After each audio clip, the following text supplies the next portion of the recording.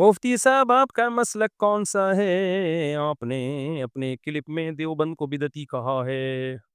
میں نے تو نہیں کہا دیوبند بدعتی ہے، دیوبندیوں میں بدعتی بہت ہوتے ہیں یہ کہا ہے میں نے، یہ نہیں کہا کہ دیوبند بدعتی ہوتے ہیں، دیوبندیوں میں بھی بدعتی ہوتے ہیں یہ کہا ہے، اور وہ تو ہیں، مشاہدہ ہے۔ باقی میرا مسلک کیا ہے بھائی؟ نبی صلی اللہ علیہ وسلم نے فرمایا 73 فرقے ہوں گے، ایک جنتی ہوگا، باقی 72 کیا ہوں گے؟ جہنمی۔ تو علماء نے کہا کہ وہ جو جنتی فرقہ ہے وہ اہل سنت والجماعت ہے۔ وہ کون ہے؟ اہل سنت والجماعت۔ کیا مطلب؟ قرآن و حدیث کی طرف تو سب اپنے آپ کو منسوب کرتے ہیں، لیکن قرآن و حدیث کی وہ تشریح جو جماعت سے مراد صحابہ سے ثابت ہو، اور سنت کا مطلب قرآن کی وہ تشریح جو نبی کی سنت سے ہو۔ ہم قرآن کی وہ تشریح نہیں کرتے جو حدیثوں کے اگینسٹ ہو، پھر نبی کی بات کی وہ تشریح نہیں کرتے جو صحابہ کے خلاف ہو۔ تو یہ تینوں کے مجموعے کو اسلام کہا جاتا ہے۔ تو جو اس اصول کو فالو کرتا ہے وہ اہل سنت والجماعت کہلاتا ہے۔ تو یہ چاروں امام جو ابو حنیفہ، مالک، شافعی اور احمد بن حنبل ہیں، انہوں نے ان اصولوں کو فالو کیا ہے کہ قرآن، حدیث اور پھر صحابہ کی تشریح، وہ تشریح جو صحابہ جس کو مانتے ہیں، سمجھتے ہو؟ تو اس لیے اہل سنت والجماعت کے جو چاروں مکاتب فکر ہیں یہ اس ایک جنتی فرقے میں ہی داخل ہے۔ تو میں بھی اپنے آپ کو اسی کی طرف منسوب کرتا ہوں۔ پھر ان میں فروعی اختلافات ہیں جو صحابہ کے درمیان پہلے سے موجود تھے، اب وہ اختلاف حل نہیں ہو سکتے، تو اب پریکٹیکلی پھر آپ کو ایک فقہ کو فالو کرنا پڑتا ہے۔ سمجھ رہے ہو کہ نہیں سمجھ رہے؟ چاروں برحق ہیں چونکہ چاروں کے بیسک اصول سیم ہیں، قرآن، حدیث اور صحابہ۔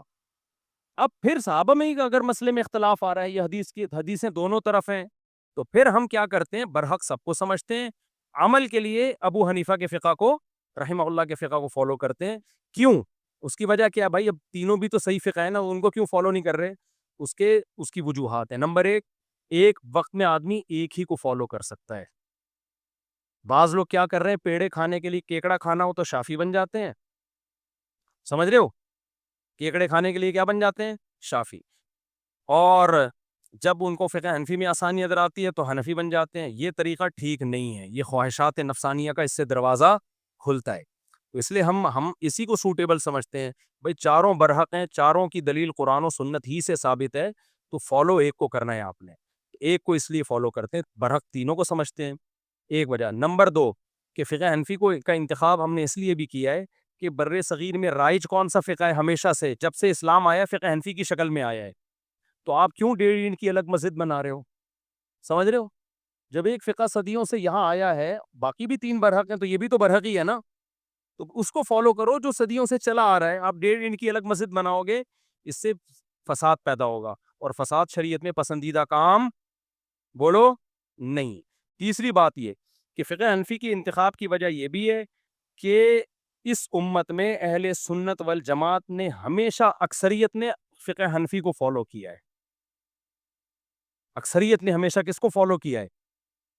اور دلائل کی قوت کی بیس پہ، یہ ایسا ہی نہیں ہے کہ کسی نے گن پوائنٹ پہ ان کو مجبور کیا ہو۔ پانچویں بات یہ ہے کہ میں خود مدرسوں میں پڑھا ہوں، میں نے چاروں فقہ کے دلائل خود پڑھے ہیں، سمجھے ہیں، اہل حدیثوں کے دلائل بھی۔ میں یقین سے کہتا ہوں جب آپ ڈیپ میں جائیں گے نا، میں کسی کو برا نہیں کہہ رہا، نہ کسی کو جہنمی کہہ رہا ہوں، ہر آدمی کی اپنی ایک رائے ہوتی ہے، میں یقین سے کہتا ہوں جب آپ ڈیپ میں جاؤ گے نا، گہرائی میں، صحیح فکر کے ساتھ، تو آپ کو امام ابو حنیفہ کا جو فقہ ہے نا، اس کا پلڑا سب سے زیادہ دلائل کی دنیا میں بھاری لگے گا آپ کو، سمجھتے ہو؟ اور فقہ حنفی ابو حنیفہ کے اقوال کا نام نہیں ہے، صرف فقہ حنفی نام ہے کہ مشائخ نے تینوں کے اقوال میں سے جو راجح لگا نا دلیل کے لحاظ سے، جس پہ فتویٰ دیا گیا ہو۔ دیکھو ہر فقہ میں ائمہ کے اقوال ہوتے ہیں، لیکن وہ فقہ کا حصہ نہیں بنتے۔ جیسے فقہ شافی میں آپ کو بہت سے اقوال امام شافی کے نظر آئیں گے، لیکن شافی مذہب وہ نہیں ہوگا، شافی مذہب اس کے خلاف ہوگا، کیونکہ مشائخ نے جو شافی فقہ کے مشائخ تھے انہوں نے فتویٰ اس کے خلاف دیا ہوگا، تو پھر اس میں شافی فقہ امام شافی کا قول نہیں ہوگا، بلکہ شافی فقہ وہ ہوگا جس کو شافی علماء نے اختیار کیا ہے۔ ایسے ہی فقہ حنبلی میں بھی ہوتا ہے، فقہ مالکیہ میں بھی ہوتا ہے۔ اب امام مالک کے نزدیک 36 رکعتیں ہیں تراویح کی، لیکن فقہ مالکیہ میں 36 نہیں ہے، فقہ مالکیہ میں 20 رکعتیں ہیں، سمجھ رہے ہیں؟ یعنی انہوں نے امام مالک کے اس قول کو نہیں لیا۔ تو اسی طرح فقہ حنفی میں بھی امام حنیفہ کے کچھ اقوال ہیں، لیکن وہ فقہ حنفی نہیں ہے، فقہ حنفی میں مشائخ نے ان کو رد کر دیا۔ تو فتویٰ جس پہ جو راجح قول ہوتا ہے اس پہ فتویٰ دیا جاتا ہے، وہ دلائل کی دنیا میں بہت مضبوط ہوتا ہے، سمجھتے ہو؟ تو میں گلگت میں مجھے کسی نے کہا تھا نا کبھی آؤ خوشبو لگا کے، میں نے قربانی میں یہ کہہ دیا کہ غریب علاقے گلگت میں وہاں بھی ہم قربانی کر رہے ہیں. تو کسی نے کہا گلگت والے کو غصہ آ گیا، اس نے کہا ہم لوگ کیا غریب ہیں؟ حالانکہ میں نے سب کو غریب تھوڑی کہا ہے. تو اس نے کہا مفتی صاحب کبھی خوشبو لگا کے گلگت آؤ، پتہ چلے یہاں کتنے مالدار لوگ ہیں. کمنٹس میں لکھا ہوا تھا کبھی گلگت آؤ خوشبو لگا کے. تو جس کو فقہ حنفی کے دلائل کمزور لگ رہے ہیں وہ کبھی خوشبو لگا کے ہمارے پاس آئے، ہم بتائیں گے کہ جو چیز آپ کو کمزور لگ رہی ہے وہ کمزور ہے نہیں، بشرطے کہ ضدی اور ہٹ دھرم نہ ہو. وہ ضدی آدمی کا دنیا میں کوئی علاج نہیں ہے. ضدی نہ ہو تو ہم اس کو بتائیں گے کہ یہ جو چیز آپ کو کمزور لگ رہی ہے نا وہ کمزور ہے نہیں، وہ بہت مضبوط ہے. تو میرا مسلک یہ ہے اہل سنت والجماعت. بس باقی عملی طور پر میں نے فقہ حنفی کو اختیار کیا ہے، اس لیے کہ جتنے بڑے بڑے علماء ہیں یا تو فقہ شافعی کو اختیار کیا. اب جتنی بھی ہم حدیثوں کی تحقیقات کرتے ہیں ابن حجر کے محتاج ہیں سب کے سب، چاہے وہ اہل حدیث ہوں کوئی بھی ہو. جب بھی حدیث کی تحقیق ہوگی تو سب علامہ ابن حجر کے محتاج ہیں. اور علامہ ابن حجر کیا تھے؟ شافعی. اتنے بڑے علامے تھے وہ، آج کوئی بھی حدیث کی تحقیق میں ابن حجر سے مستغنی نہیں ہے. اتنے بڑے حدیث کے عالم، پھر بھی اجتہاد کا دعویٰ نہیں کیا، اپنا نیا مسلک نہیں نکالا انہوں نے. یہ نہیں کہا میں قرآن و حدیث بتاؤں گا تمہیں. کیوں؟ ان کا یہ خیال تھا بھائی میں امام شافعی سے بڑا نہیں ہوں. اتنے بڑے علامے حافظ ابن حجر، ان کو لاکھوں حدیثیں یاد تھیں اور حدیثوں کی سندوں کی ایسی بحث ہے. آپ پڑھو ابن حجر کو آپ کو پتہ چلے گا. علامہ البانی رحمہ اللہ ہوں یا شیخ احمد شاکر ہوں، شعیب الارناؤوط جو آج کل کے محققین ہیں، جتنے بھی ہیں سارے ابن حجر کے محتاج ہیں. اتنا کام کیا انہوں نے حدیث پہ. فقہ میں کس کو فالو کیا؟ امام شافعی. آج کمبخت کو نہ صحیح حدیث کی ڈیفینیشن آتی ہوگی کسی پاگل کو، نہ ضعیف کا پتہ ہوگا، اور مجتہد ہوگا کہ میں ہوں جو قرآن حدیث سے بتاؤں گا. نہ میں شافعی کو مانتا ہوں نہ ابو حنیفہ کو، میں بتاؤں گا. میں نے بتایا تھا نا جس کو سب پتہ ہوتا ہے اس کو کچھ بھی پتہ نہیں ہوتا، اس کو اپنی جہالت کا بھی نہیں پتہ ہوتا، اتنا بڑا جاہل ہوتا ہے وہ. تو اتنے بڑے بڑے علامہ نووی رحمۃ اللہ علیہ جو ریاض الصالحین کے مؤلف ہیں، آپ ان کو ہلکا سمجھتے ہو؟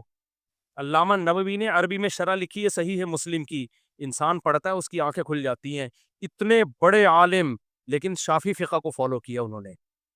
یہ دعویٰ نہیں کہ اپنا چینل کھول کے کہ میں قرآن حدیث کی روشنی میں خود سے تحقیق کر کے تمہیں مسئلے بتاؤں گا. انہوں نے کہا نہیں بھائی یہ تحقیق پہلے ہو چکی. تو بڑے بڑے علامے گزرے ہیں، اور یہ آج کل کے چھوٹے چھوٹے ٹچے ہیں علاموں کی ساشے، جن کو عربی عبارت پڑھنا نہیں آتی، کم بختوں کو قرآن کی آیتیں نہیں پڑھنی آتی، ترجمے غلط کر رہے ہوتے ہیں. وہ کہتے ہیں میں کسی کو نہیں مانتا، میری جو قرآن و حدیث کی تحقیق ہوگی نا میں اس کو مانتا ہوں. بھائی تو تحقیق کا اہل ہی نہیں ہے. تو ایسے ہی ہے جیسے کوئی گاؤں کا حکیم ہو جس کو گردے کا پتہ نہیں ہے کہ کہاں ہوتا ہے گردہ، اور وہ لوگوں کے گردوں کی پتھریاں نکال رہا ہو. بالکل کسی نے سچ کہا ہے کہ آج کل کے اسکالر جو ہے نا، یہ ان کی حیثیت ایسے ہی ہے جیسے گاؤں میں نائی کو لوگ سرجن سمجھتے ہیں. ٹھیک ہے نا؟ تو عامی آدمی ان اسکالر کو کیا سمجھتا ہے؟ محقق. حالانکہ یہ محقق نہیں ہوتے. تو آپ شکر ادا کرو میں حنفی ہوں. لوگ کہتے ہیں ہم اس کو اس لیے نہیں سنتے کہ حنفی ہے. اگر میں حنفی نہ ہوتا نا تو میں اپنے نیا فرقہ نکال چکا ہوتا. میں اپنے پیٹ سے مسائل آپ کو قرآن حدیث کا لیبل لگا کے بتا رہا ہوتا اور آپ کو کنفیوژن میں ڈال چکا ہوتا میں، اور پاگل بنا. مفتی تقی عثمانی صاحب کتنے بڑے عالم ہیں پتہ ہے آپ کو؟ کتنے بڑے عالم ہیں، اپنا نیا مسلک نہیں نکالا، فقہ حنفی کو فالو کیا انہوں نے. حالانکہ ان کو فقہ شافعی کے دلائل بھی آتے ہیں، فقہ مالکیہ کے بھی آتے ہیں، حدیث پہ بہت عبور ہے ان کو. عمل کے لیے کس کو اختیار کیا انہوں نے؟ فقہ شافعی کو. سعودی عرب کے شیخ بن باز مفتی اعظم تھے، کتنے بڑے مفتی تھے، انہوں نے اپنا کوئی مسلک نہیں نکالا. آپ ان کی سوانح اٹھا کے دیکھیں، تمسک بالمذہب الحنبلی. بن باز نے اپنے لیے کس فقہ کو اختیار کیا؟ مذہب حنبلی کو. ٹھیک ہے چند مسائل میں فقہ حنبلی سے خروج کیا انہوں نے، لیکن تھے وہ حنبلی، پورا فقہ حنبلی پڑھا انہوں نے، اتنے بڑے عالم تھے. تو المتمسک بالمذہب الحنبلی یہ ان کی سوانح میں. ان سے کسی نے پوچھا آپ کا خود کوئی مجتہد ہے یا آپ کا کوئی فقہ ہے؟ انہوں نے کہا کہ مذہبی فی الفقہ مذہب احمد ابن حنبل. یہ میں نے خود اپنی آنکھوں سے دیکھی ہے یہ عبارت، مذہبی فی الفقہ مذہب احمد ابن حنبل. میں فقہ حنبلی کو امام احمد بن حنبل کے مذہب کو فالو کرتا ہوں.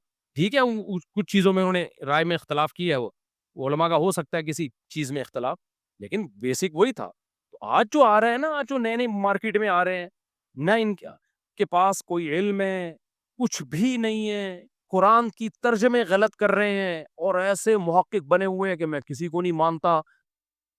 تو بھائی آپ سے بڑے بڑے لوگ پہلے گزر چکے ہیں, تو کائنڈلی آپ لوگوں کو گمراہ کرنے کی کوشش نہ کریں. اور کوئی سمجھتا ہے نا کہ میں تقلید نہیں کرتا تو نہ کرے, اپنی کروائے بھی نہیں پھر وہ, ٹھیک ہے نا.